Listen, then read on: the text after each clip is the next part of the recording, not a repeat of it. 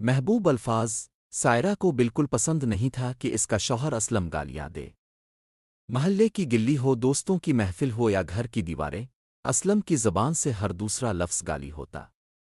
سائرہ نے پیار سے سمجھایا، اسلم آپ اچھے انسان ہیں، آپ کی بات کا اثر تبھی ہوگا جب الفاظ بھی اچھے ہوں۔ اسلم ہنسا، ارے سائرہ یہ تو عادت ہے، سب ہی تو دیتے ہیں۔ سائرہ نے چپ چاپ ایک طریقہ سوچا۔ اگلی بار جب اسلم نے گالی دی تو سائرہ نے پلٹ کر اسی کو میٹھے الفاظ میں جواب دے دیا، اسلم اب بہت اچھے ہیں، اسلم اب کا دل صاف ہے، اسلم اب سب سے بہترین انسان ہے۔ پہلے اسلم کو غصہ آیا، پھر حیرانی ہوئی، اور پھر شرمندگی محسوس ہوئی۔